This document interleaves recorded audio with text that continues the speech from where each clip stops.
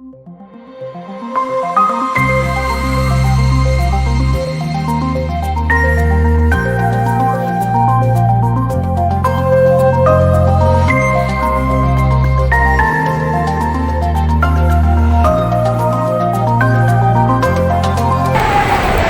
morning, we are students from BSRT or Bachelor of Science in Radiologic Technology 1A from Chinese General Hospital Colleges. We will be conducting an interview with a professional that will take us through their field of program and profession. Let's welcome Mrs. Orkia. Hi, so I'm Karen Orkia and I am a registered chemist and I've been practicing in the field for around 12 years now. It's pleasing to meet you, Ms. Orkia. We are delighted to have you here with us today. May we know how's your day so far? Since it's a Sunday, it's a rest day, so I've spent the day in the church and then tomorrow I'll be going back to work as a chemist. That's really very good to hear po. We are really honored to have you here po as a chemist since chemistry po is a subject na for us students is very, very challenging since with its abstract concepts and formulas and calculation, what more po as a major? I agree with you. Chemistry is a really hardcore subject that made our high school life so hard. And so can you please expand our knowledge and tell us more about your educational background? So I graduated from the University of the Philippines, Diliman in 2012, BS Chemistry, and then I took the board exam in 2023. So I got in 2013. So I got my license as a chemist in 2013. So have you always considered chemistry as your first choice po ba? Or are there any other careers that you considered as well? Actually, my first plan was to take up medicine. So my first course was BS Biology. But then I shifted to BS Chemistry because I thought there would be more opportunities for me if ever I did not pursue medicine. Which, I did not pursue medicine. So I just continued with my path in chemistry. So, are there any more memorable experiences po that led to fuel your interest more po in chemistry? Siguro it was when I was in high school since chemistry is taken up during my third year in high school.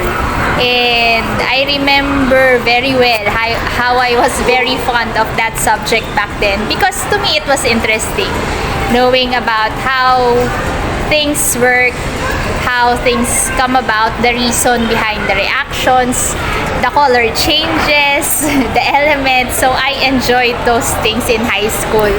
So I was really interested to know more about it. That's why I pursued it more in college then. Do you think that there is a need to have an improvement in the educational system in the field of chemistry po? Yes, I believe there is a need to improve that system because first of all, I think there is a stigma against chemistry that it's hard, that it's boring. Of course, it has its moments that it's really hard, but then it's also fun because there are no other subjects that will allow you to experiment, that will allow you to see such beautiful chemical reactions. So I think the educational system should also show that side of chemistry so that the students will not only be discouraged but also think that chemistry is fun and that they will see its importance because chemistry is the central science. It is evident in every aspect. Every food that you eat, every drink, every skincare product has chemistry in it. So, chemistry is actually very relatable. So, I think the educational system should also show that side. That's very inspiring message po. So you've come a long way from being a student to achieving that degree. Would you mind if we ask what's your first job and your first time experiencing working in that field? So for my first job, I worked in a manufacturing industry. So I was in charge of checking the raw materials. It was more of office supplies. So I was in charge of checking, for example, the inks, and then if the products are in the line, if the quality is okay. So that was my first job. But then I found more joy in the second job because that's more of a chemistry thing for me, because my second job is in a pharmaceutical company. So yeah, you know, the skincare. So are there more po experiences, working experiences that you have experienced that showcase your skills as for the students that were fellow health allied members po?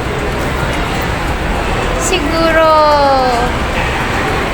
since you are health allied students, of course you will be concerned with the, for example, the medicine, the doses. That's very important in chemistry. The amount of, we call it analyte, the amount of chemicals that you use, the amount of reagents that you use, everything should be very precise. Everything should be weighed. So we even measure uncertainty in the lab. So everything must be done according to procedure. Because if you deviate from the procedure, the results will be different. So I think actually that is a basic discipline in any health allied, in any science course.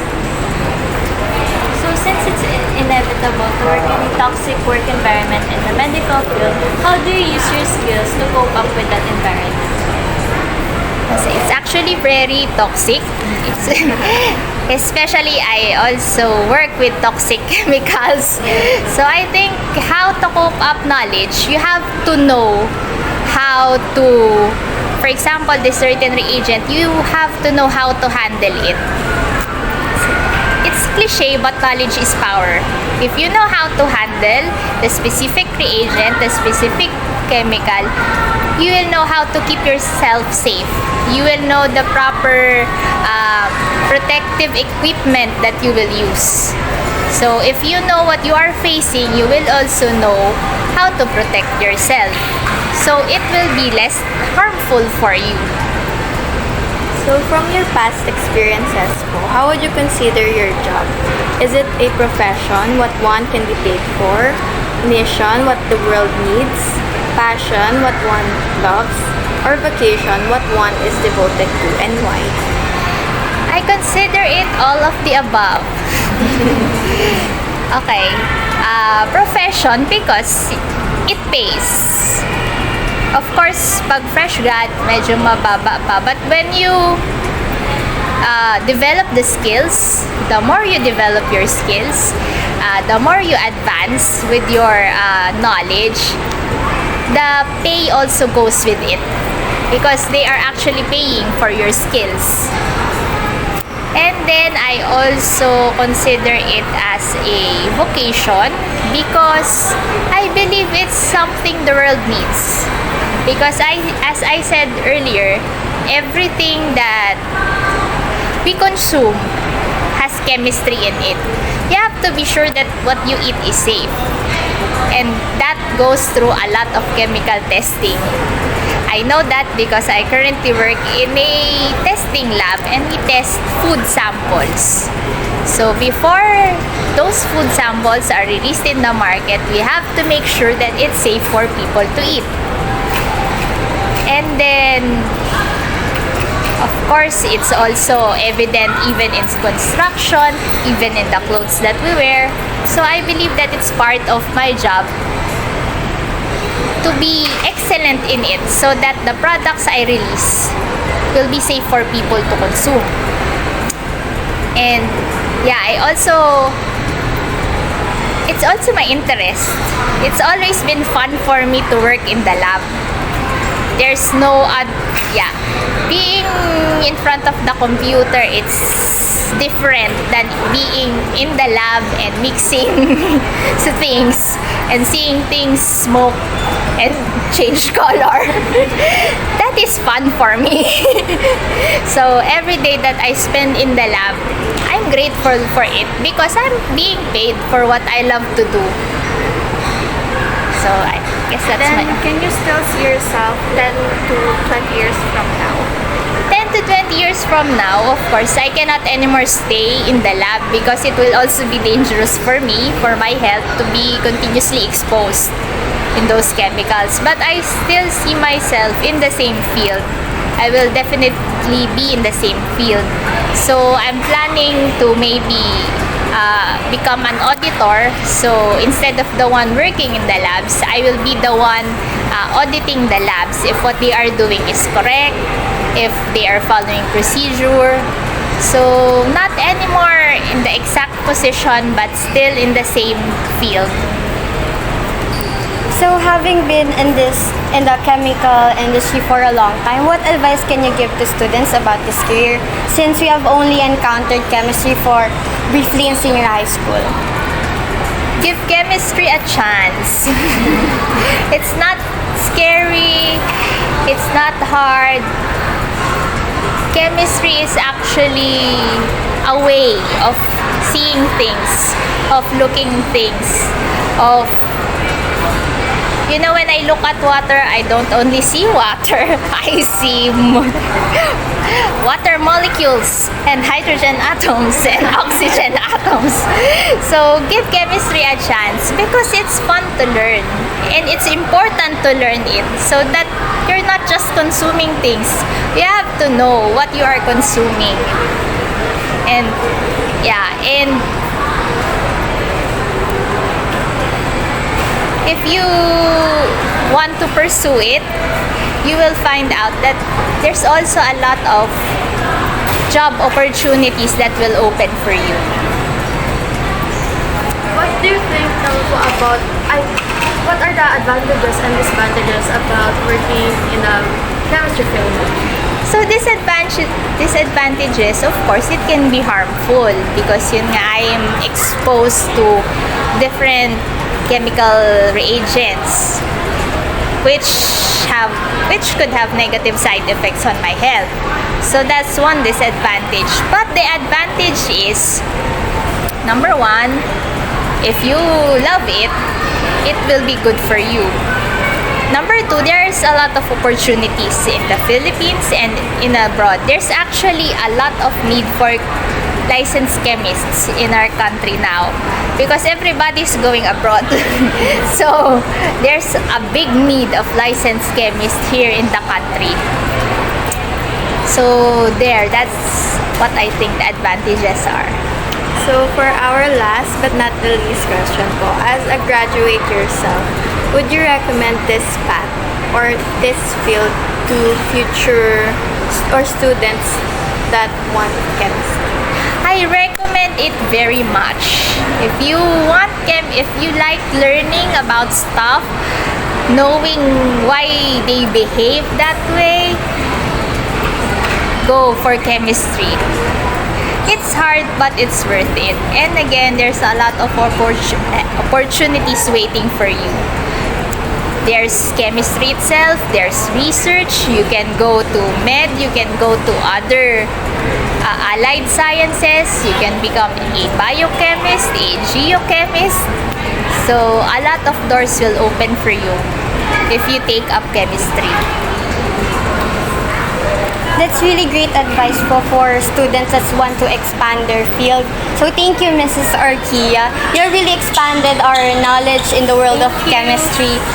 We are really thankful that you have lent time with us. As a small token of appreciation, we would like to give you... Okay. Thank you! Thank you for so your time much. po. Thank you! Thank you. Madami po kami natutunan po about chemistry since a lot of us know that chemistry can be hard, but if you look into it, it can be also fun. Yes. Thank you po. Yan lang po. So,